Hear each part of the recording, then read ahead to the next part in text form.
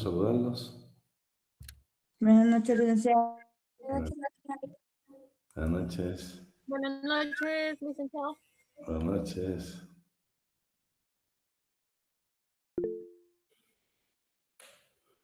Bueno, vamos a iniciar la clase. Por si tienen alguien que quiere ingresar, pues vamos a esperar unos 5 minutos para ir avanzando. Bueno, el día de hoy vamos a ver la segunda parte del programa, que es la fundamentación constitucional del derecho al trabajo, y lo vamos a dividir en el capítulo de la Constitución Política de la República de Guatemala y los convenios internacionales, ¿sí? Como parte de los derechos mínimos y esenciales de la clase trabajadora. Al hablar nosotros de los antecedentes de las constituciones, nos encontramos con 3 constituciones. La de 1848 en Francia, que se le denominó Constitución Republicana, que tenía y reguló la parte del derecho laboral como un principio social. La segunda y la primera en América, que fue la de México en 1917, que su capítulo reguló como capítulo social.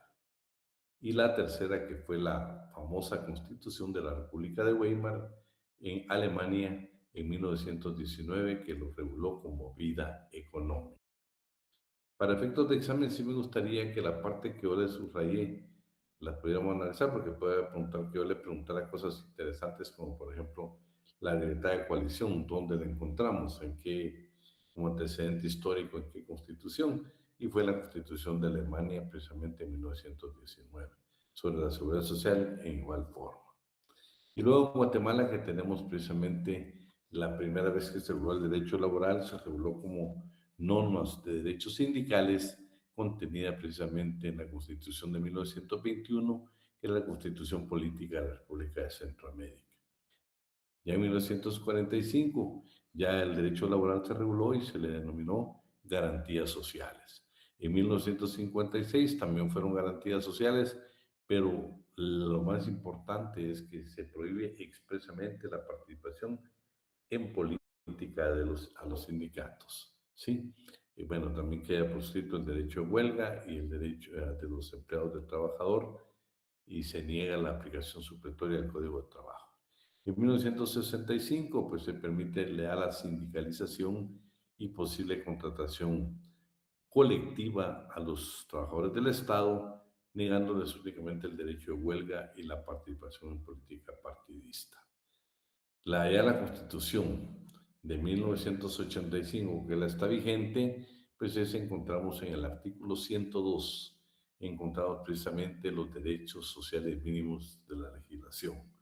Y por supuesto que se deben hacer las autoridades en materia laboral, los tribunales de trabajo y previsión social, deben de respetar estas disposiciones de carácter constitucional, que ya vimos que no aplica la pirámide, que el sentido no se aplica la que más favorece al trabajador.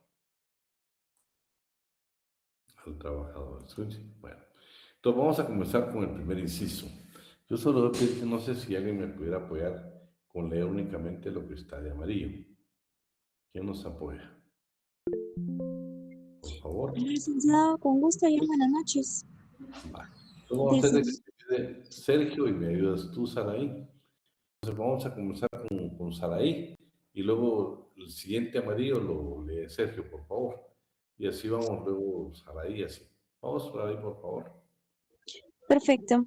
Derecho a la libre elección de trabajo y a condiciones económicas satisfactorias que garanticen al trabajador y a su familia una existencia digna.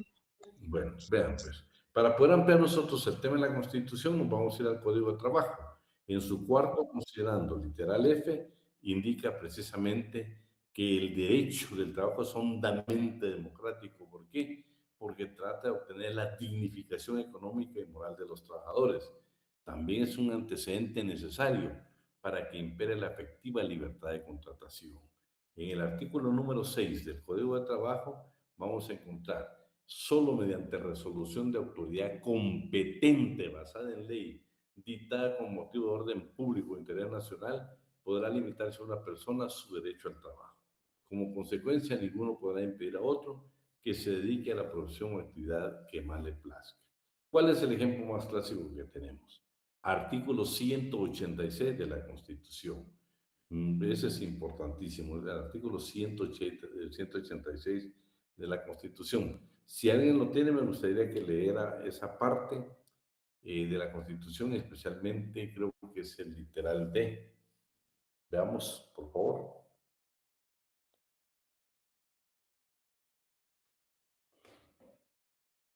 Aquí, yo lo tengo, licenciado. Por favor, Sergio. Literal D. El que hubiese sido ministro de Estado durante cualquier tiempo en los 6 meses anteriores a la elección. Solo sea un favor, léeme la primera parte. Artículo 186, ¿verdad? Sí, de la Constitución. No podrán optar al cargo de presidente o vicepresidente de la República. Ahí estamos. Vean, pues. El 186 dice quiénes no pueden ser presidentes o vicepresidentes de la República, que es precisamente ser un funcionario público. Y hay una limitante. Nosotros, ustedes y su servidor, ustedes van a ser abogados y notarios, igual que su servidor, cuando cometemos algún tipo,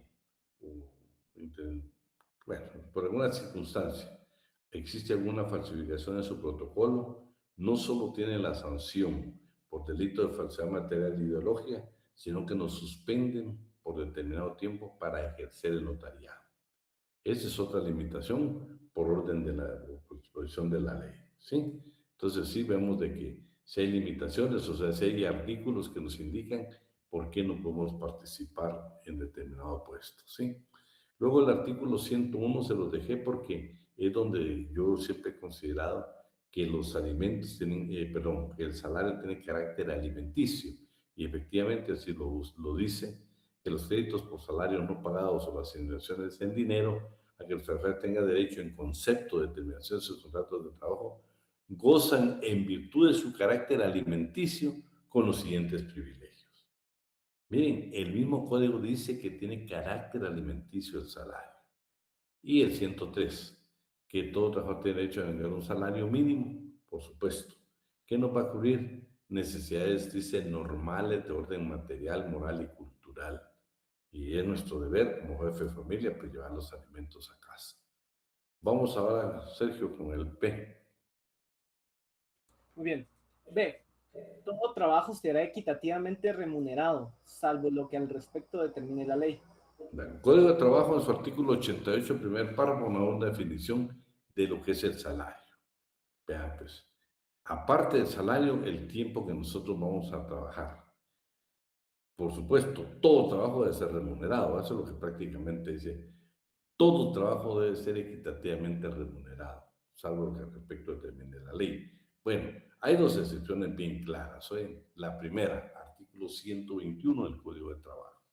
Acá lo que indica es lo siguiente. No se consideran horas extraordinarias las que el trabajador ocupe en subsanar los errores imputables solo a él, cometidos durante la jornada ordinaria, ni las que sean consecuencia de su falta de actividad durante tal jornada, siempre que esto último le sea imputable. Nosotros hacemos mal el trabajo o sencillamente no trabajamos lo que nos indicaron que debíamos de elaborar. Imaginémonos que estamos en una maquila. Si cometemos errores, lo tenemos que subsanar sin esperar tiempo extraordinario si nos quedamos después de nuestras 8 horas. ¿Y en qué otro caso? Si nos quedamos más después de nuestras 8 horas en una jornada ordinaria diurna. Prestar primeros auxilios necesarios en caso de siniestro o riesgo inminente, en que las personas o intereses del patrón o algún compañero de trabajo estén en peligro, sin derecho a remuneración adicional.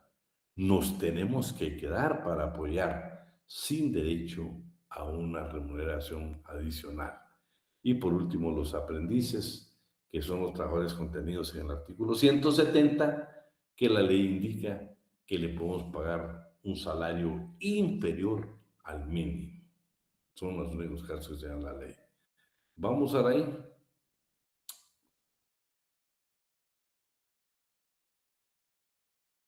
Ahí. Un gusto, licenciado. Con las DC, ¿verdad?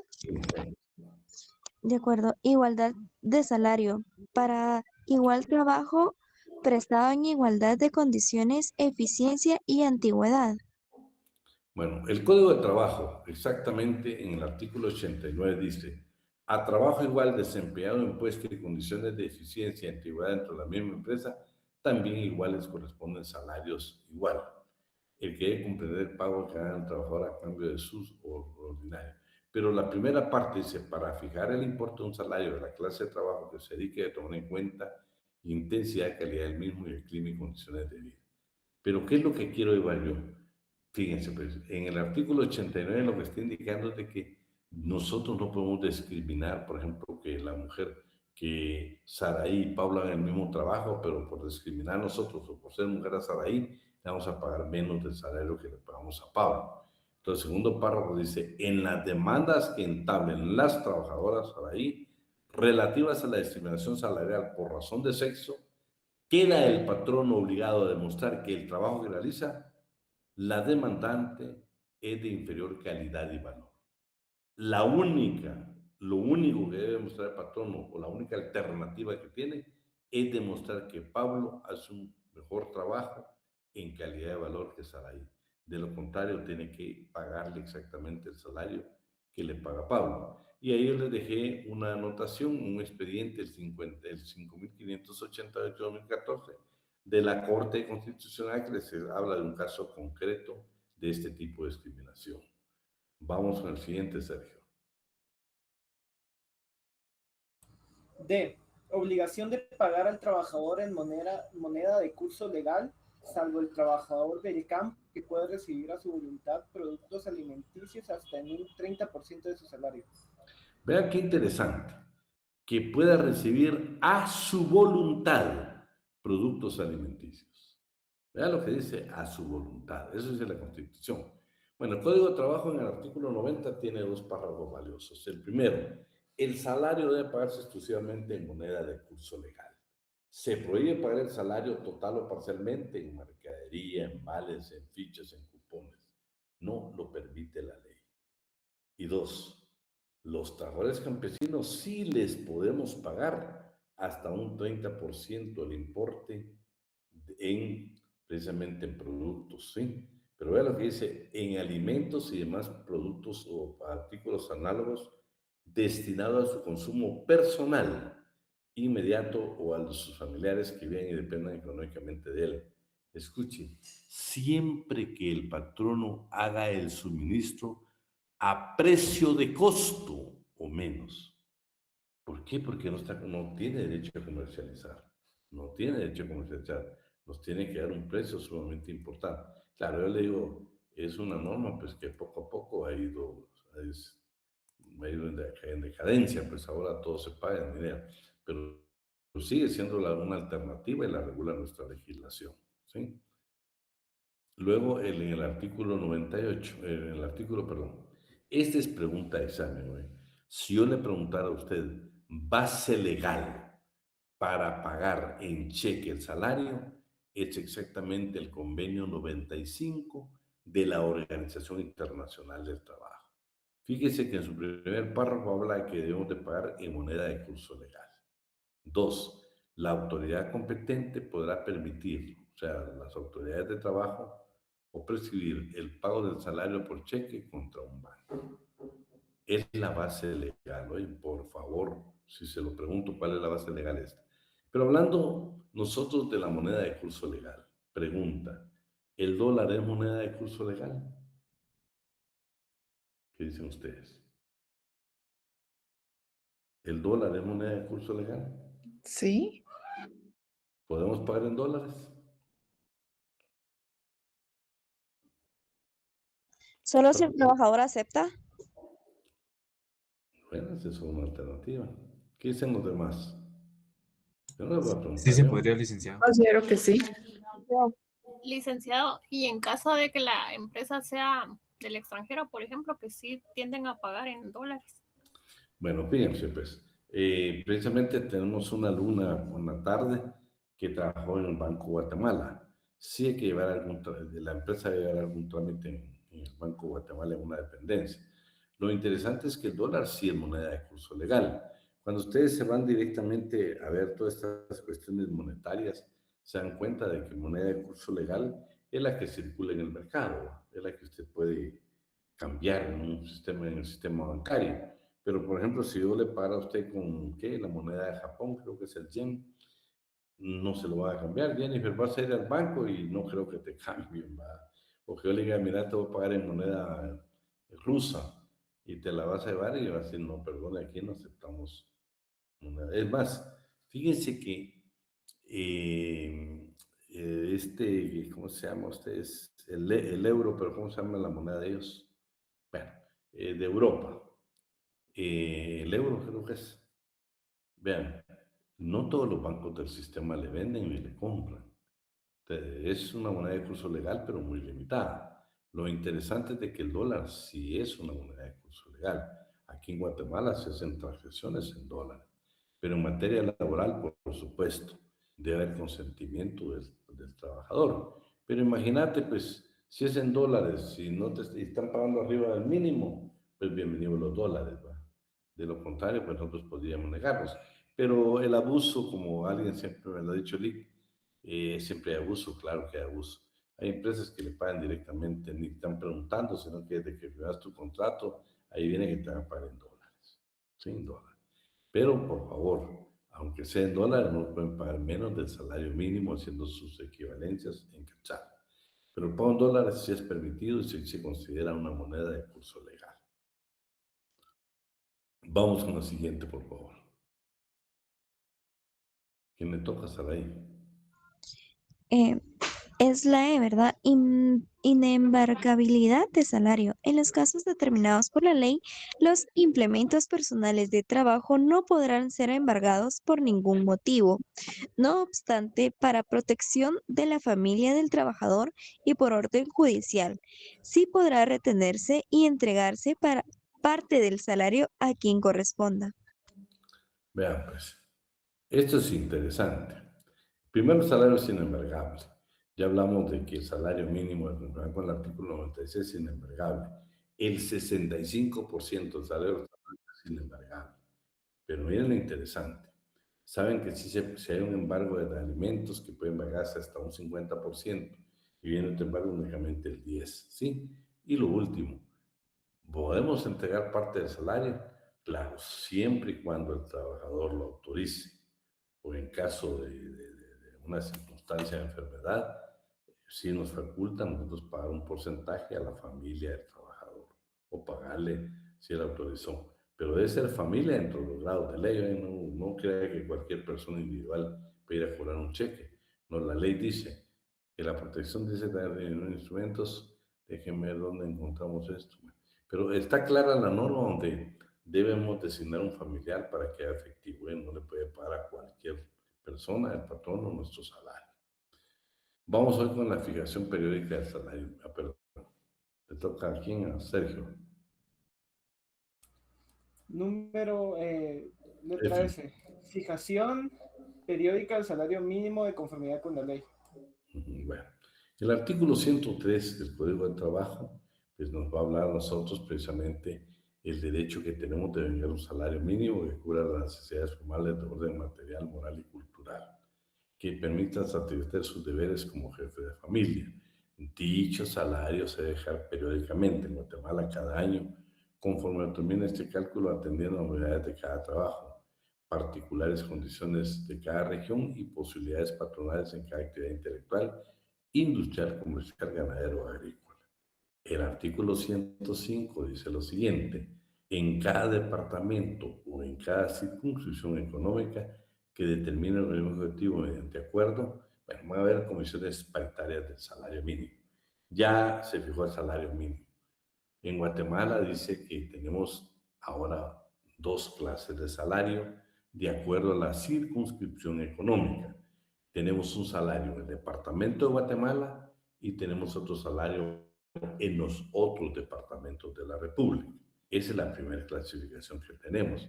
Luego tenemos la segunda por actividad. Tanto en el departamento de Guatemala como en los otros departamentos, el salario mínimo está fijado para actividades agrícolas, para actividades no agrícolas y para actividades de exportación y de maquila. Son tres modalidades de salario fijo que se agarran y son diferentes. Otra circunstancia que creo que usted anote: el salario mínimo se fija en pago diario, no mensual. El salario fijo está fijado, por eso aquí dice, veamos hoy la primera, en 124 que sale diario, dice, ¿sí? Dice, el salario mínimo para actividades agrícolas de retribución económica de 1 en 100 está diarios, o sea, se fija diariamente. Claro, equivalente al mes de tantos salario mínimo. Eso es ya el equivalente. Pero por favor, se paga o se debe fijar exactamente en diario. Por el prepago debe ser diario. Aquí le voy a dejar yo la tabla, que es la actual tabla que tenemos vigente. Vamos hoy con esto de la jornada de trabajo. Solo espérenme, yo creo que hay alguien que quiere ingresar. Vamos a entrar aquí a doña Frida. Vamos, ¿con quién le toca? Solo déjenme, espérenme. Vamos a eso. La jornada ordinaria de trabajo efectivo diurno no puede exceder de 8 horas diarias de trabajo, ni de 44 horas a la semana, equivalente a 48 horas para los efectos exclusivos del pago de salario. La jornada ordinaria de trabajo efectivo nocturno no puede exceder de 6 horas diarias, ni de 36 a la semana. La jornada ordinaria de trabajo efectivo mixto no puede exceder de 7 horas diarias, ni de 42 a la semana. Todo trabajo efectivamente realizado fuera de las jornadas ordinarias constituyen jornadas extraordinarias y debe ser remunerada como tal. La ley determinará las situaciones de excepción muy calificadas en las que no son aplicables las disposiciones relativas a las jornadas de trabajo. Quienes por disposición de la ley, por la costumbre o por acuerdo con los empleadores laboren menos de 44 horas semanales en jornada diurna, 36 en jornada nocturna o 42 en jornada mixta tendrán el derecho a percibir íntegro el salario semanal. Se entiende por trabajo efectivo todo el tiempo que el trabajador permanezca a las órdenes o a disposición del empleador. Bueno, vamos a dar espacio para entenderla bien. En Guatemala hay dos jornadas, la ordinaria y la extraordinaria. La jornada ordinaria se divide diurna, nocturna y mixta. La jornada diurna está comprendida de las 6 de la mañana a las 18 horas. O sea, en ese lapso nosotros podemos trabajar las 8 horas. ¿Sí? Podemos comenzar a las 7, podemos comenzar a las 6. Son 8 horas, o sea, no tenemos que terminar a las 18 horas, porque entonces nos pasaríamos, ¿no? Únicamente son 8, el periodo comprendido de las 6 de la mañana a las 18 horas. La jornada nocturna es de las 18 horas de un día a las 6 de la mañana del siguiente día. La jornada mixta es 4 horas diurnas y 3 nocturnas. Escuchen eso. La jornada mixta es de 7 horas, 4 diurnas y 3 nocturnas, que hacen un total de 7. Pero si es a la inversa, tenemos 3 diurnas y 4 nocturnas, la misma ley, el mismo código de trabajo, dice que se transforma en una jornada nocturna. Deja de ser mixta de 7 horas y se convierte en una nocturna de 6 horas. Eso que nos quede bien claro, bien claro. Bueno, ya tenemos las jornadas de trabajo, entonces vean lo que dice el último párrafo. Se entiende por trabajo efectivo todo el tiempo que el trabajador permanezca a las órdenes o disposición del empleador o del patrón. Es que esto es importante. Muchas veces el patrón nos puede indicar a nosotros, bueno, Delmi, ya que estás trabajando acá como asistente, por favor, almorza acá porque si te necesito te voy a llamar. Eso significa que Delmi va a estar a disposición ese tiempo de los alimentos. Con los alimentos hay una controversia, ¿ven? Lo importante de un reglamento interior de trabajo.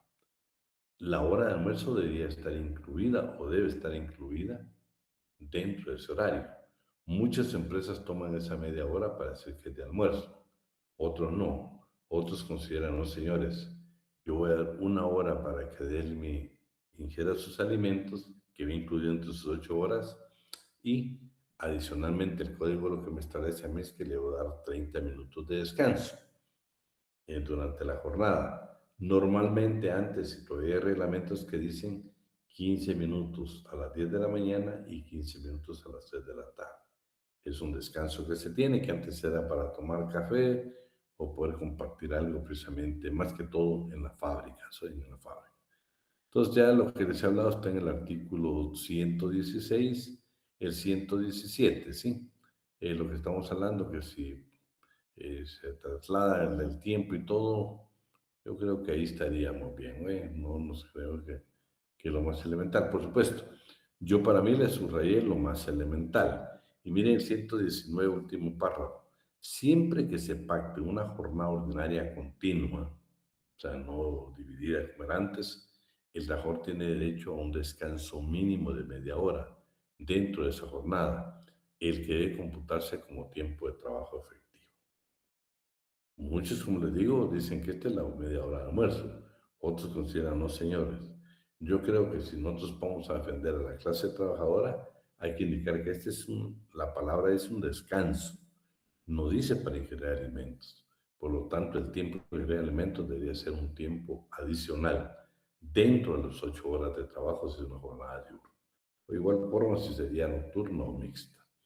Luego, claro que hay limitaciones. Una la tenemos con los menores. Vamos, mire, el artículo 149 del Código de Trabajo dice que se va a reducir la jornada en 1 hora diaria y 6 a la semana para los trabajadores mayores de 15 años. En 2 horas diarias y 12 horas a la semana si los jóvenes tienen exactamente 15 años.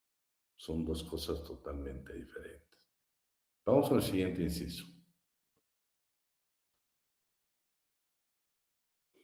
¿Quién le toca? Sergio. Sí, ahorita voy.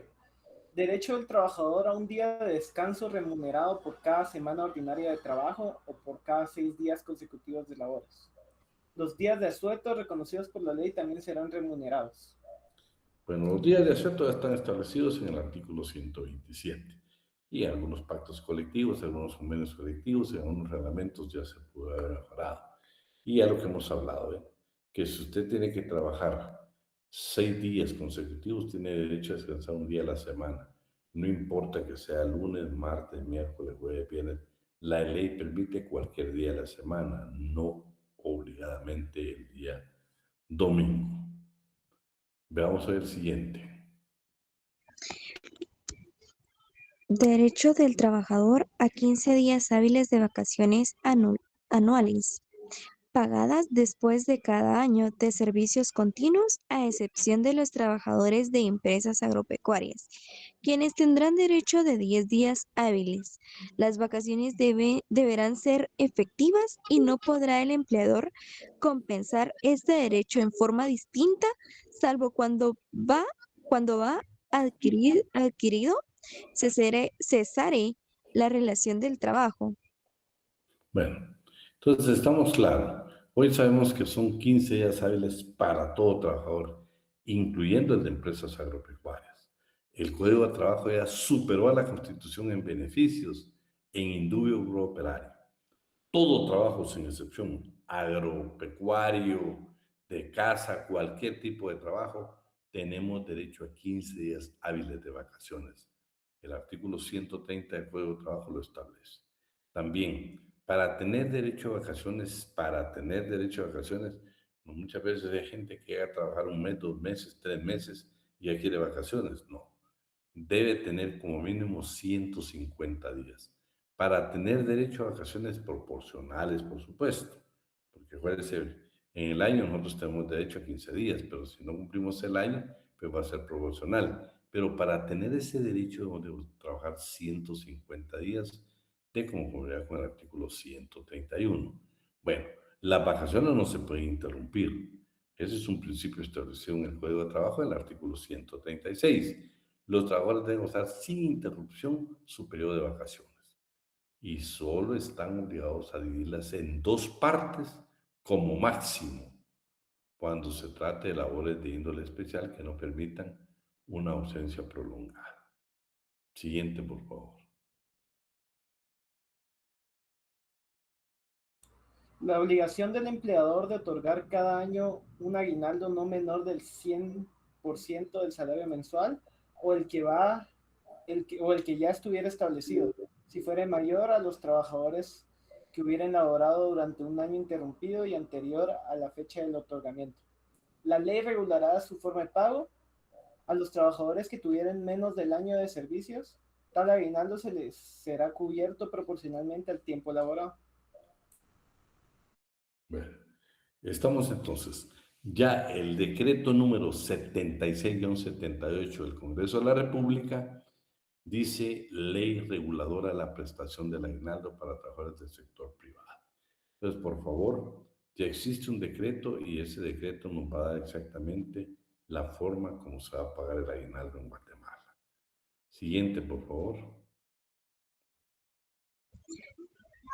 Protección a la mujer trabajadora y regulación de las condiciones en que debe prestar sus servicios. Bueno, primero, la mujer, bueno, no, primero no debe estar diferencias entre casadas y solteras, pero lo vamos a ver. El artículo 147 del Código de Trabajo dice, el trabajo de las mujeres debe ser adecuado generalmente a su edad, condición, estado físico, desarrollo intelectual y moral. Vean los derechos que tiene la mujer. Por favor, mujer sancarlista, que no se le olvide el artículo 147. 148. Se prohíbe el trabajo para mujeres en lugares insalubres y peligrosos. Tampoco, es una prohibición que tienen. No se les olvide que el artículo 272, que tiene las sanciones pecuniarias, las multas, habla precisamente de las normas prohibitivas y cuántos salarios mínimos le va a imponer. No puede trabajar ni en lugares peligrosos ni insalubres, ¿sí? Pero sí, miren, es pregunta de examen. Ustedes han visto que muchas veces nosotros circulamos por centros comerciales, otros lugares, y encontramos rótulos, ¿va? Necesito señorita de 18 a 25 años. O necesito joven, hombre de tal a tal edad, de 18 a 25 años. Eso es prohibido por la ley. Usted se puede hacer acreedor a una sanción elevada, porque es una norma prohibitiva, para que usted tenga derecho a hacer ese anuncio, esa oferta de trabajo, debe cumplir con un requisito. Dos requisitos. Vamos a dice el artículo. Pregunta de examen, ¿no? Artículo 155, inciso A. Se prohíbe a los patronos anunciar por cualquier medio sus ofertas de empleo, especificando como requisito para ganar la plaza el sexo. No podemos indicar que necesitamos la etnia, la raza o el estado civil. No puede poner necesito varón de 18 a 20 soltero, ni menos una mujer de 18 a 25 soltera. Eso es ilegal, es prohibitivo. Estamos sujetos a una sanción del artículo 272 del Código de Trabajo. Pero vean, pues, excepto que, por la naturaleza propia del empleo, escuchen, no es a mi antojo, es por la naturaleza propia del empleo. Este requiere una persona con determinadas características. En este caso, el patrón deberá solicitar autorización ante la Inspección General de Trabajo y la Oficina Nacional de la Mujer, para que usted pueda hacer una oferta de trabajo, indicando que puede ser hombre o mujer, o casado o soltera, debe tener autorización de la Inspección General de Trabajo y de la Oficina Nacional de la Mujer. B. Está prohibido hacer diferencia entre mujeres solteras o casadas o con responsabilidades familiares. Aquello de que como tiene hijos, pues entonces vamos a discriminar. No, es prohibido. Y la mujer que la discriminen aún para darle trabajo, que no se le olvide el artículo 151, inciso B. Porque ve que dice solteras y casadas o con responsabilidades familiares para efectos del trabajo.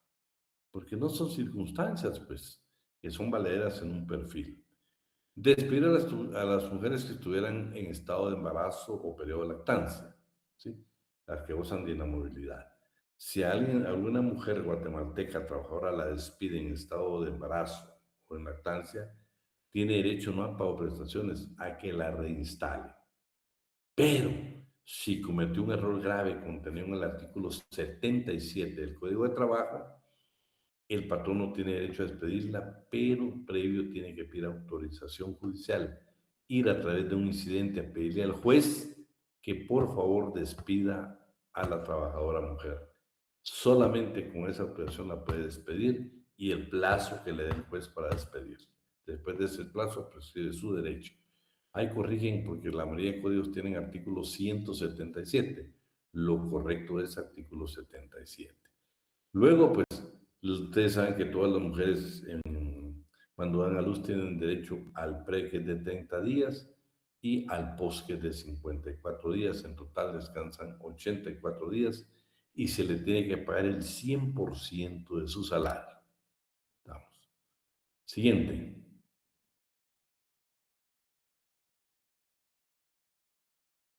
¿Quién le toca, Saraí o a Sergio? Sí. Los menores de 14 años, actualmente 15 años, no podrán ser ocupados en ninguna clase de trabajo, salvo las excepciones establecidas en la ley.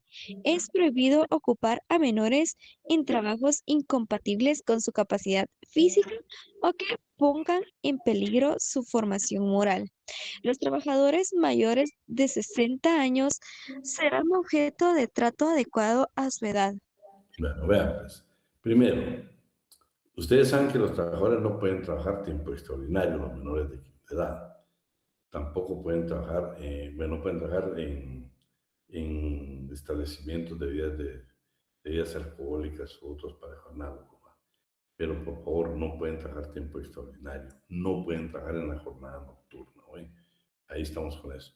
Y luego lo que yo les dije aquí es precisamente lo que va a pasar cuando usted va al Ministerio de Trabajo.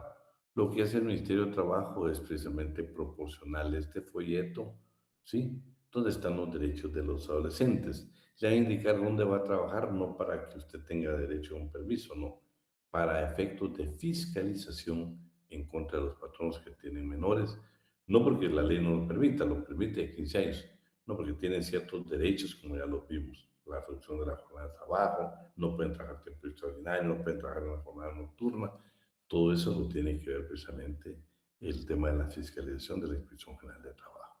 Con el adulto mayor tiene su decreto, que es el 85-2005 del Congreso de la República, Ley de Protección para Personas de la Tercera Edad. Ahí está el objeto de la ley y miren la definición que yo creo que es importante que la tengamos. Para los efectos de la presente ley, o sea, del adulto mayor o de la tercera edad, dice, se define como de la tercera edad o anciano a toda persona de cualquier sexo, religión, raza o color que tenga 60 años o más. A partir de 60 años ya somos ancianos o somos hombres de la tercera edad o mujeres de la tercera edad. No es discriminación porque hay una ley. Oye, continuamos. ¿O querías decir algo, Delmi? Era una duda respecto a lo anterior del periodo de posparto cuando una colaboradora está embarazada. Mencionó que debería pagar el 100% del salario. Usted me corrige si estoy mal. Tengo entendido que esto hace una suspensión el ICS y el ICS es el que paga ese salario, no en sí el patrono. Fíjate que no estoy ahorita tan... Yo me recuerdo que el Seguro Social, no sé si en esto enfermedad común te paga 150 diarios, pero de donde sé, el Seguro Social debería pagarte el 100%. Ah, ok. Bueno, lo que la ley te quiero decir ahorita que estamos hablando, y mi tema favorito, que es la interpretación de la norma en materia laboral, es de que Delmi como abogada y notaria van a decir, bueno, señores, el IC dice que no quiere pagar y el patrono tampoco, no Delmi. Ya sea el hijo del patrono, tú como abogada tienes que asesorar que le den de pagar el 100% de su salario, porque así lo dice la ley, ¿sí? Y Correcto. si no, tienes que accionar para que lo haga. Gracias, licenciado. Baja. Entonces, estamos hoy con el trabajo, ¿quién sigue? Bueno, El 100%, ahí está, mira, Cecia nos dice que es el 100%, lo paga el Seguro Social. Continuamos. ¿A quién le toca? Protección y fomento al trabajo de los ciegos, minusválidos y personas con deficiencias físicas, psíquicas o sensoriales. Vean, hay una disposición legal que es el 135-2016, que es un decreto del Congreso de la República, Ley de Atención a Personas con Discapacidad. Todos son, se los voy a dejar ahí porque pues, lo tenemos que ver para efectos de examen, pero yo me voy a conectar a la definición. Se considera, artículo número 3, se considera como discapacidad cualquier deficiencia física, mental o sensorial, congénita o adquirida, que limite sustancialmente una o más de las actividades consideradas normales para otras personas. Mire qué buena definición tiene esta disposición legal para que la apliquemos nosotros. Ahí le dejé todo su legado porque para mí todo es importante, pero le quería leer concretamente para efectos de clase esta definición. Sigamos.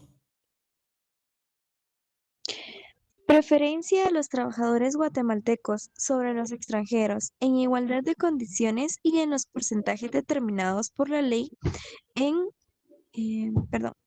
en paridad de circunstancias. Ningún trabajador guatemalteco podrá ganar menor salario que un extranjero, estar sujeto a condiciones inferiores de trabajo ni obtener menores ventajas económicas u otras prestaciones. Vean pues, el artículo 13 habla bien claro. Si una empresa del 100% de trabajadores, 90 obligadamente tienen que ser guatemaltecos. En cuanto al salario, por favor, el 85% de la planilla en salario deben de vengarla a los guatemaltecos y un 15% los extranjeros. No está acá bien, pero por ejemplo, si una empresa tiene 5 trabajadores, 4 obligadamente tienen que ser guatemaltecos. Continuamos.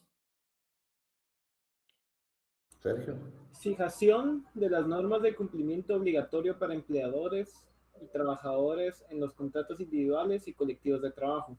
Empleadoras y trabajadores procurarán el desarrollo económico de la empresa para beneficio común. Bueno, cuando hablamos nosotros del cuarto considerando que es hondamente, inciso F, que es hondamente democrático, ahí encontramos el desarrollo económico de la empresa en beneficio común. Pero, hablando nosotros de obligaciones, que no se nos olvide que cuando firmamos nuestro contrato de trabajo, no solo nos obligamos a lo que contiene el contrato de trabajo, sino a toda la legislación laboral, en derechos y obligaciones.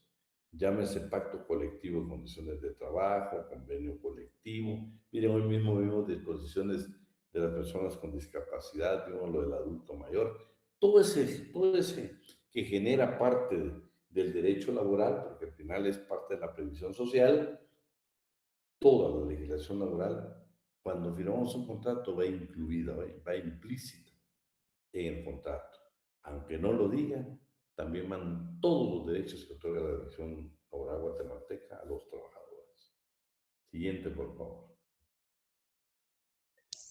Obligación del empleador de indemnizar con un mes de salario por cada año de servicios continuos cuando despida injustificadamente o en forma indirecta a un trabajador, en tanto la ley no establezca otro sistema más conveniente que le otorgue mejores prestaciones.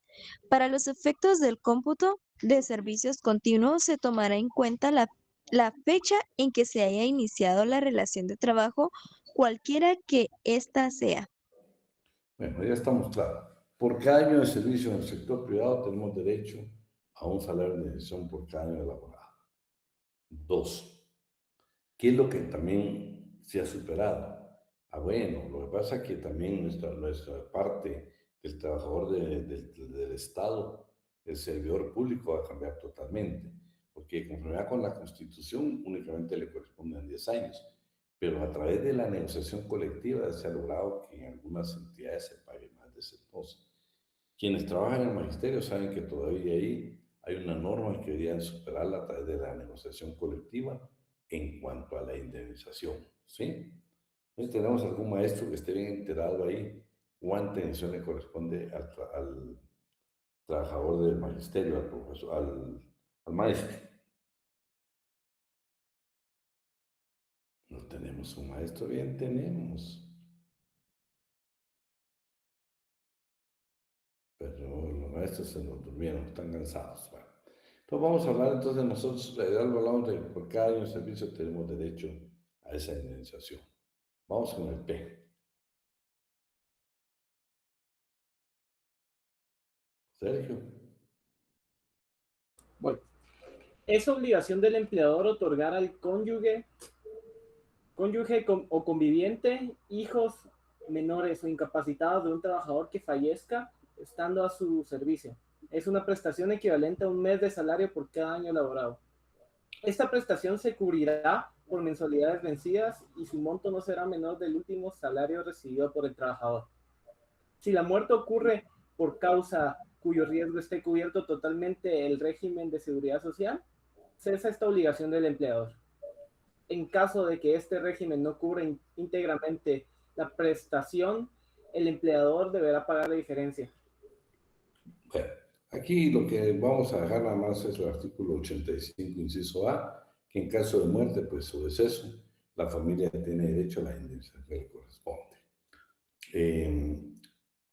También es importante que, por ejemplo, cuando las causas sean imputables al patrono por negligencia, instalaciones o algún equipo que él no lo reparó y por eso nos causa la muerte, dice que sin necesidad de declaración judicial nos debe pagar prestaciones, indemnización y daños y perjuicios que nos causó, porque fue negligencia de él que en el accidente nosotros podemos llegar a morir. ¿Sí? Luego también está el decreto 23-79 del Congreso de la República, que es una ley específica precisamente para tratar de beneficiar a los herederos del trabajador, ¿sí? Que a los que tienen derecho. Habla mucho de la conviviente, porque muchas veces no le corresponde a la esposa, sino a la persona con la que convive, o muchas veces nunca se casaron y es una persona que convive con él. Sigamos, damos lo siguiente. Derecho de sindicalización, libre de los trabajadores. Este derecho lo podrán ejercer sin discriminación alguna y sin estar sujetos a autorización previa, debiendo únicamente cumplir con llenar los requisitos que establezca la ley. Los trabajadores no podrán ser despedidos por participar en la formación de un sindicato, debiendo gozar de este derecho a partir del momento en que den aviso a la Inspección General de Trabajo. Solo los guatemaltecos por nacimiento podrán intervenir en la organización, dirección y asesoría de las entidades sindicales. Se exceptúan los casos de asistencia técnica gubernamental y lo dispuesto en tratos internacionales o en convenios intersindicales autorizados por el organismo ejecutivo. Bueno, aquí lo interesante es de que quien tiene a cargo la política nacional de defensa y desarrollo del sindicalismo es el organismo ejecutivo con el Ministerio de Trabajo y Previsión Social. Ya está claro. Si vamos a poner un sindicato y damos aviso a la Inspección General de Trabajo, a partir de ese momento vamos a gozar de inamovilidad, no nos pueden despedir. Establecimiento de instituciones de previsión social. Aquí creo que lo más relevante es de que quien se encarga de la parte de la seguridad social es el Instituto Guatemalteco de Seguridad Social.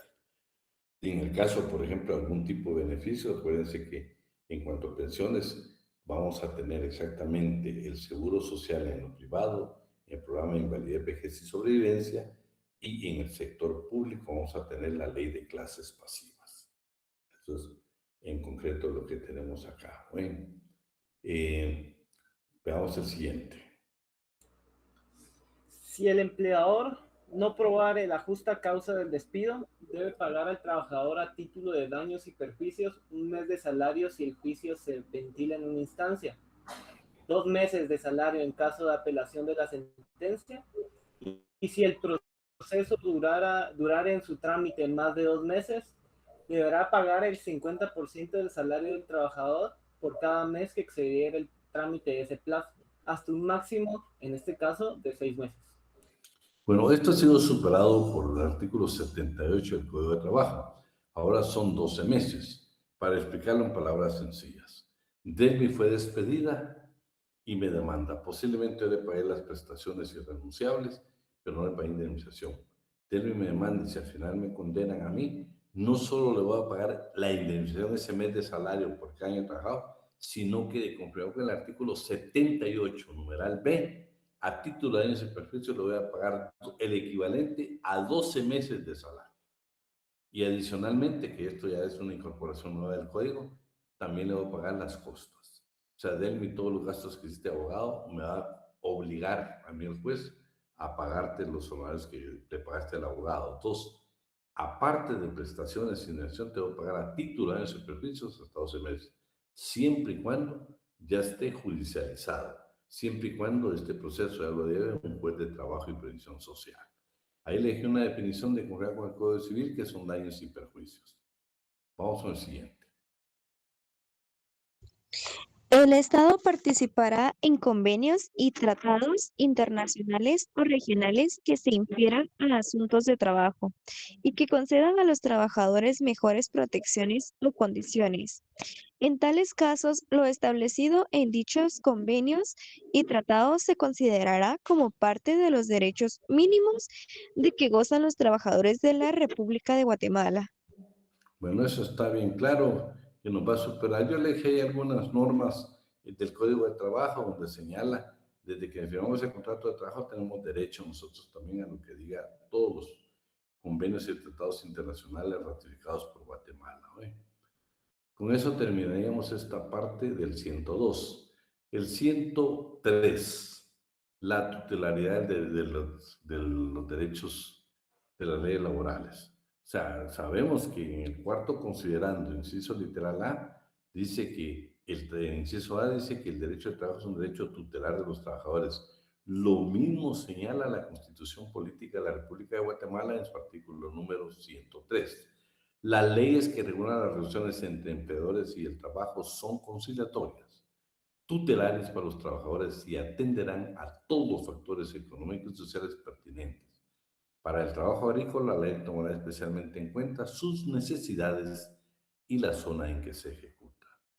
Todos los conflictos relativos y sometidos a la resolución privativa de los juzgados de trabajo y previsión social, la ley establecerá normas correspondientes a esa jurisdicción y los órganos encargados de ponerlas en práctica. Luego tenemos nosotros la irrenunciabilidad de los derechos del trabajador, ¿sí? El artículo 106 de la Constitución Política de la República de Guatemala indica: los derechos consignados en esta sección son irrenunciables para los trabajadores susceptibles de ser superados a través de la contratación individual o colectiva y en la forma que fija la ley. Lo que hemos hablado con el licenciado Ala. Usted, patrono, puede firmar y trabajador puede firmar un contrato de trabajo siempre y cuando supere las condiciones y garantías mínimas que establece la ley. Arriba del salario mínimo, una mejor jornada de trabajo, más tiempo de vacaciones, todo eso usted lo puede negociar. Y por favor, después se constituyen en derechos adquiridos, que más adelante lo vamos a hablar en uno de los puntos que tenemos ahí. Y el párrafo más importante de ustedes: en caso de duda sobre la interpretación, escuchen, o alcance de las disposiciones legales, reglamentarias o contractuales en materia laboral, se interpretará en sentido más favorable para los trabajadores. Miren qué interesante. Aunque nosotros hubiera una duda de interpretación o de alcance de un contrato de trabajo, se va a interpretar todo lo que más favorezca al trabajador, ¿sí? Y pues ahí le dejé algunos artículos bien especiales para este tema. Veamos por lo menos un par de temas sobre la regulación constitucional en relación a los trabajadores del Estado. El artículo 106 dice: de la Constitución Política de la República de Guatemala, los trabajadores del Estado están al servicio de la administración pública y nunca partido político. Entonces ahí entendemos, cuando usted ve que los presidentes, no, la cual todos renuncian a su partido político cuando asumen la presidencia, no es un gesto de buena fe, es una obligación contenida en el artículo 107 de la Constitución, porque están al servicio de la administración pública y nunca de partido político. Tienen que renunciar sí o sí de su partido. Y luego también tenemos en la Ley de Servicio Civil, que es el decreto 1748 del Congreso de la República, una definición de lo que es servidor público.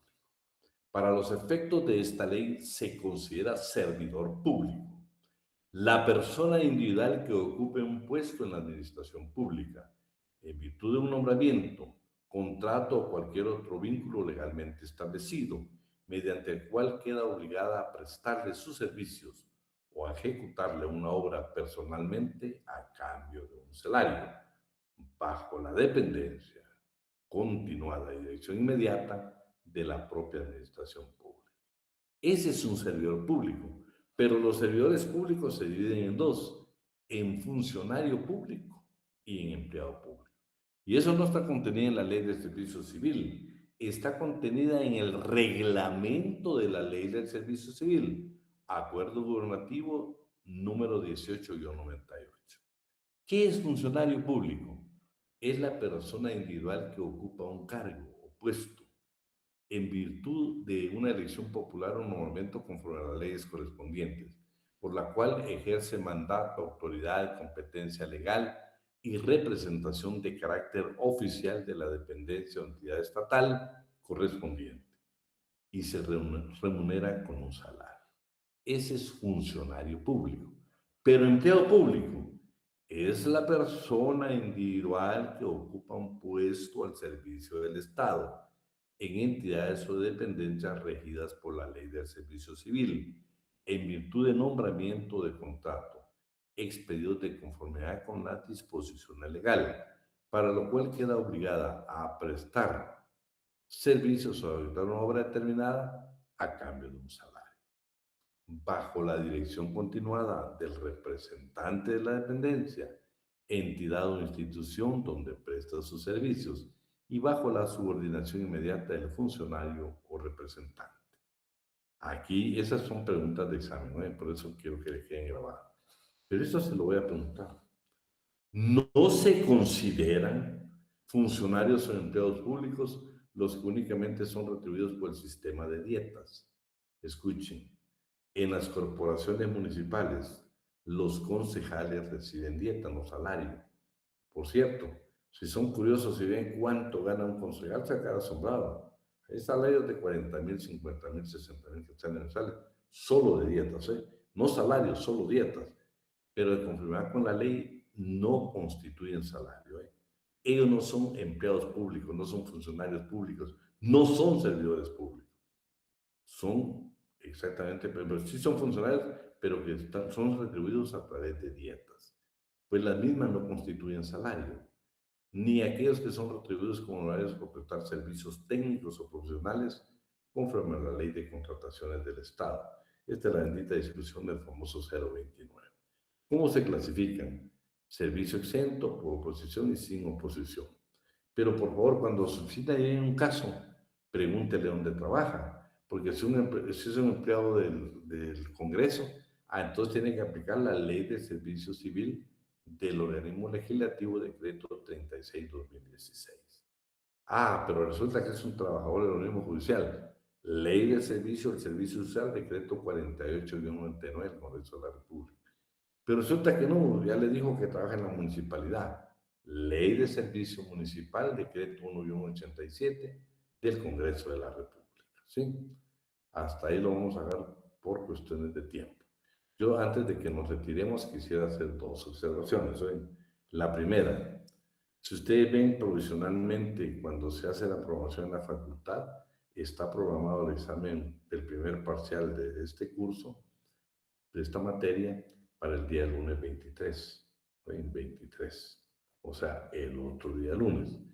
Yo le quiero suplicar que el día viernes no se pierda la clase, porque puede ser que esa clase no vaya a incluirla en el parcial del día lunes.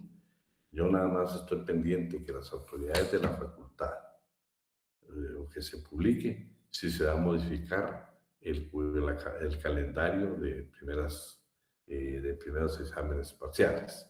Si usted se entera, por favor nos comunicamos en el grupo para que todos nos enteremos. Y si no, pues nos va a tocar estar el día lunes ya en examen, ¿no? Por eso la clase del día viernes entra al examen, porque quiero que no falte. Así de que lo vamos a dejar hasta ahí. Pasen una buena noche, un fuerte abrazo y si Dios lo permite, nos vemos el día viernes, siempre por esta vía virtual. Buenas noches, licenciado. Adiós, se cuidan, un abrazo. Feliz noche, licenciado. Gracias, Magali.